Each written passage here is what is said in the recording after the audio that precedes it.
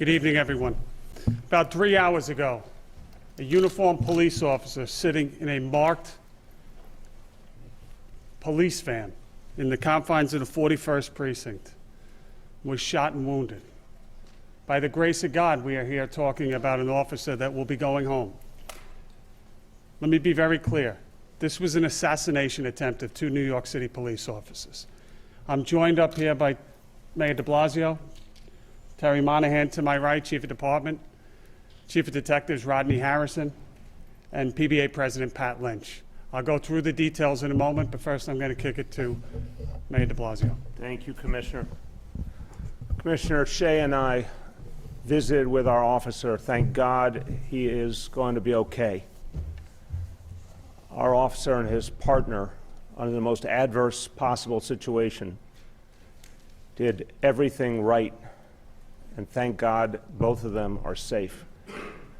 But I want New Yorkers to be clear, this was an attempt to assassinate police officers. Out in the open, an individual walked up to a police van with the intention of killing police officers. This is absolutely unacceptable in this city or any place, in this country, anywhere in this world. But I have to say there is just too much hatred out there right now. There's too much hatred in general. There's too much hatred being directed at our officers, and it has to end. Tonight, thank God, our officers are safe. Thank God they will go home to their families. Thank God the good people here at Lincoln Hospital were there for them. But this has to end. We have to move forward in a situation like this and find a way to create a peaceful society, not one where those who protect us are in danger in this way. They put their lives on the line for us all the time.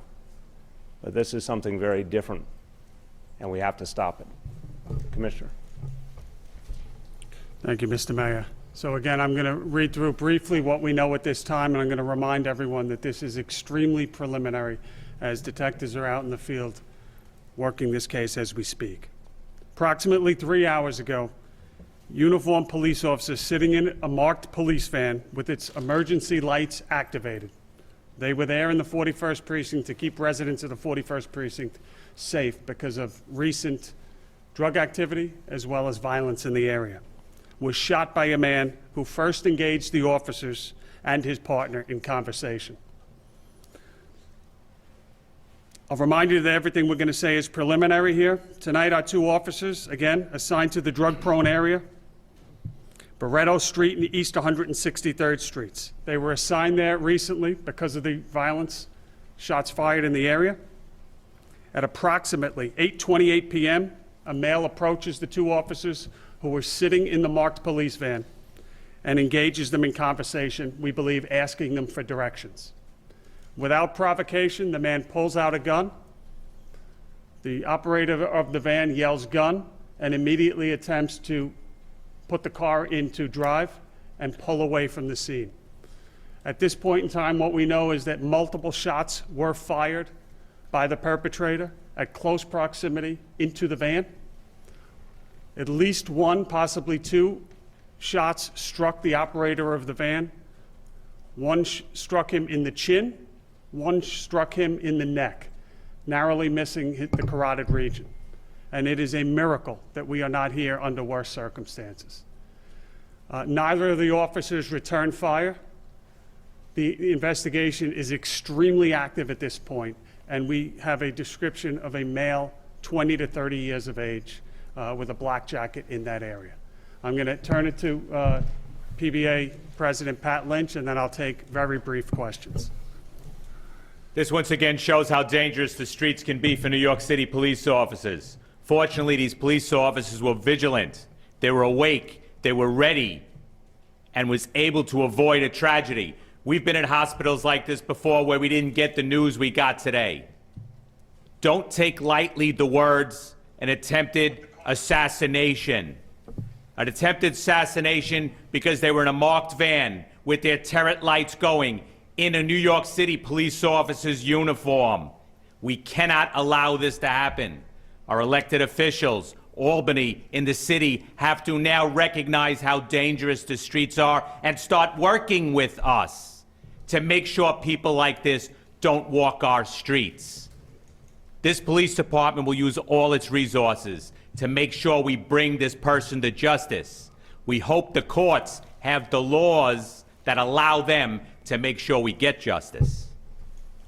Before I take questions, let me just, I was remiss and thank all the doctors and nurses at Lincoln Hospital for the amazing care they have provided to our officers. We anticipate the officer will be going home at some point, probably tomorrow, held for observation overnight. But again, we are extremely lucky this evening, but thankful to all the care that we received. Questions? Miles? The officer is assigned to the borough, I guess, and this was a borough? The officers were assigned to this location tonight specifically to a drug-prone area. There has been a shooting in the past, as well as some recent intelligence about violence in the area. So they were there to protect the residents of that block. Can you talk about that bullet-resistant, this is a van with bullet-resistant windows? That's correct. That's correct. It's all under investigation right now in terms of we have at least one bullet that struck through the door jamb on the driver's side. Whether any struck that bullet-resistant glass is under investigation. Yes, Rocco. Under investigation. What we have at this point in time is that the two officers in uniform in a marked van are at that location with turret lights on for high visibility. They see a male walking up towards the van, and a short conversation takes place where something related to asking for directions. And then immediately a gun pulls out. He was shot right in the chin. He is lucky to be alive. He is expected to make a full recovery, and it is a miracle. He is also shot to, I don't recall, I think it's the right side of his neck in the area around the carotid region. The driver of the marked van is the one that was shot. And I just want to say his partner, as well as him, were heroic in how they handled the situation, and his partner getting him to the hospital in short order. It was a phenomenal job keeping their cool. He was the one who was able to drive him to the hospital? I believe that is accurate. Any stats on the officer, how long he's been on the force? So they're roughly 8 years, and they have been friends since roughly middle school, so it's an amazing story. One or two more. One or two more questions, please. The suspect description, do you have a race or anything besides the clothes? At this point, I'm not going to get into specific. It's very preliminary. Roughly a male, 20 to 30 years of age. Last question? Possibly a black jacket. Last question, Rocco. The lack of respect for officers going back to the summer and later down the food war. I guess there's a lot of factors involved. To you, what is the primary factor involved? Why is this? Listen, this is, and I think I spoke about it, the mayor mentioned it, the PBA president mentioned it. This harkens back to some very bad times. Eddie Burns sitting in a marked police car, assassinated. Ramos and Lou, December of 2014. And this is not something that engenders anything but the worst memories. Assassinated. Mia Sota's Familia, July 4th night in the 46th precinct, sitting in a marked temporary headquarters, assassinated. So this is something that should outrage, and I know it does, all New Yorkers. Thank you very much.